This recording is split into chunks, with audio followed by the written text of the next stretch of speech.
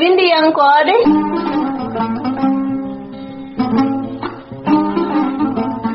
tufde windiyankoɓe ko yewtere nde Gollal Média waɗanta on yontere kala e oɗo saaha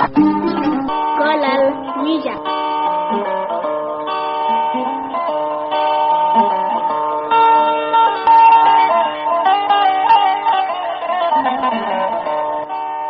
bandiraɓe musidɓe tedduɓe hettiyankoɓe alirde Gollal Média min calmini on min bismi mon e yewtere men tufde windiyankoɓe tawnara heblanden ɗum musidɗo mon Salif Tall sodo sa heedi ɗum noon musidɓe tedduɓe sikki ala gonden koye deftere meɗen taw ko deftere nde noddirten ujunere pularewal taw windi ɗum ko Dawouda Samba Ndongo en dokkodiri no adiran ma en gartu gam jokkude taw ko tara meɗen e alkulal ba nde won noon alkulal ba ngal gasano so hande so Allahu lamdo jaaɓi ma en jokki taw ko alkulal ba naten e alkulal Dia so Allahu lamdo jaaɓi ɗum noon musidɓe tedduɓe hettiyankoɓe haalirde Gollal Média yewtere men tufde windiyankoɓe to gonɗon ene gonirɗon bisimilla mon e kettugol ɓuri mettude e gongaji ko tati gonga giwruɗo less gonga jaɓaɗo alay sago e gonga caggal haare ɓuri moƴƴude e yimɓe ko golluɗo ɓuri teddude salminago ko deweteɗo ñamande ɓuri sadde e ballenoɗo ko wallude ɓuri moƴƴude e yimɓe ko ɗiɗo mo bojji kadi ɗum yejjidde jaleede e mo jaleede kadi ɗum yejjidde bojji ɓuri sattude ko rendo ko renda ɓuri moƴƴude e teddungal ko ngal yimɓe pondi e teddendi jomum ɓuri yawde rabde e bonɓe komo bonnata ɓuri yawde yejjidde wendu ko jarnoɗo e mayru kono wona jolinoɗo e mayru ɓurodiral golle ko ɓural rendo so alda e ɓurodiral maggo ɓurɗo yodde bawal ina yeeba bawɗo gondiku ɓuri yawde wuttude mbewa ko durnowo ɗum ɓuɓri ko leeli koyngal fof reggodiri koynange ɓernde gilli ina jibina kono funotako ɓernde gilli ko geese ko ma goto yalta nde goɗɗo naata alkulal Dia cukagu ko batake mbomiɗo cafnowo keppuɗo wondaka ko diwni diwa mum labaɗo camraɗo ina fadi ha yita male jahowo ina fadi ha hocca male catti digal bonnata ko hakkunde cattuɗo e caltiɗo jehilagal ɓurodirɓe ina yooɗa kono ngal fottodirɓe ɓuri hewde kisal jehilagal so woni gollal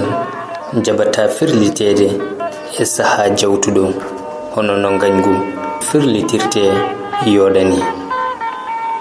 ceergal gotal ne hingal ina yona tati pelliɗɗo jehilagal galo e basɗo ko yeru ƴiwonde so toɓi ina tijja so sayi ina jottora jehilagal ngal sehaka so selline senotako jehilagal wona comci saha kesol ɓura horsude e kingol jehilagal ko jeɗu ngu wona ndunu jehilagal tato so juuti ko jojre wona hoolare coɗel e cordugel fof mo yahani yettotako colli poldata hiwoɓe ko keewal cofdam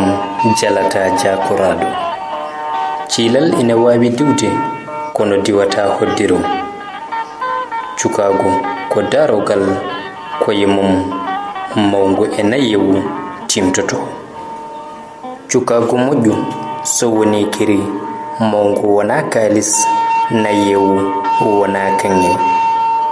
cukagu ko batake bomiɗo cagatagal ko ko batake jangado mangu ko jattowol cukagu ko ngorondi mangu ko hubere cukolel ene yide mbambu kono wona to keji sangalte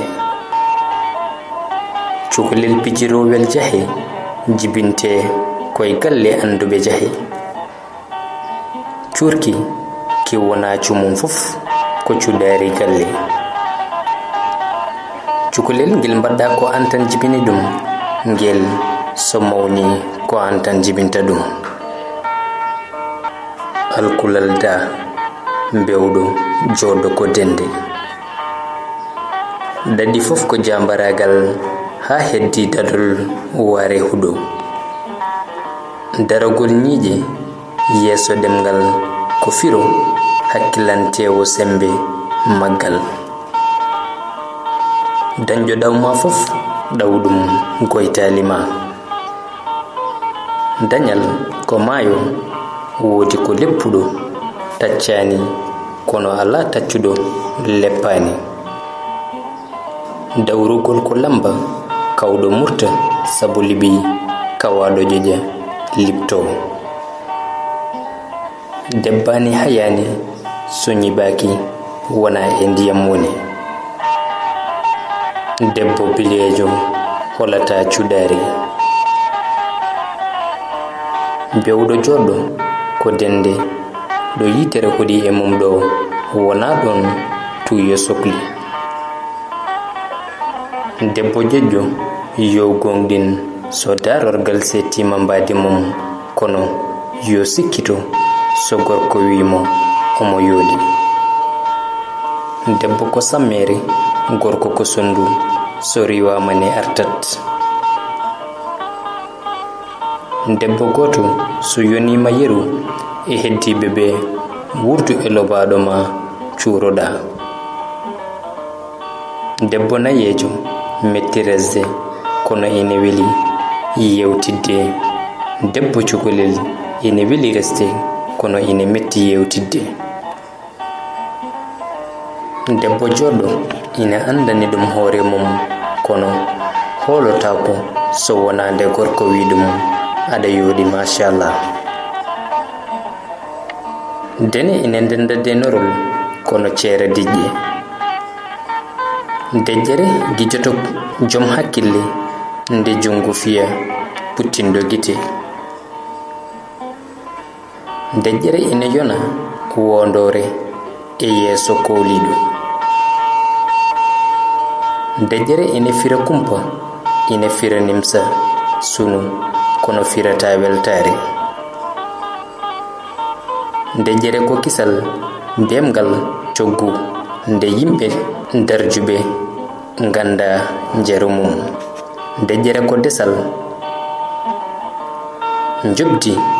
nyamande nde yafaka yejjitaka dewgal so weli yodi buro coggu wappito kalifande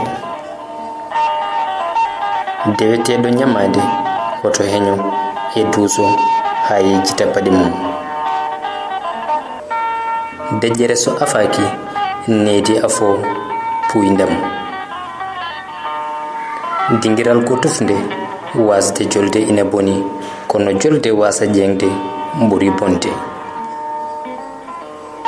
dum non bandirabe musibe tedube heti anko be alirde golal media sikela en kanni do tar meden e nder nde do deftere ujunere e pularewal non en dokkondira dadiran ha sa goddo ma en gartu tan ko jokkude hono yewtere meden yewtere tufnde windi ankobe taw ko jokkude tarandon hono nde do henete deftere dum non musibe tedube heti ankobe halde golal media ma daccol ganto e dande de ko jaggande dum non en dokkondira dadiran ha yontere fande so hawre welede Allah to gondon en gonirdan yengone den kageno kirana jam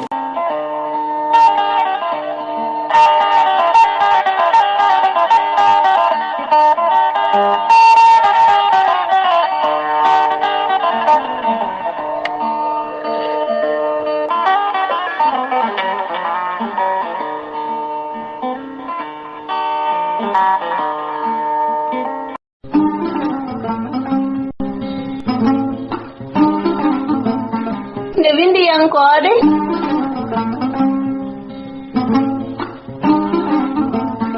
Tufnde windiyankoɓe. Ko yewtere nde Gollal Média waɗanta on yontere kala e oɗo sahaa. Gollal Média.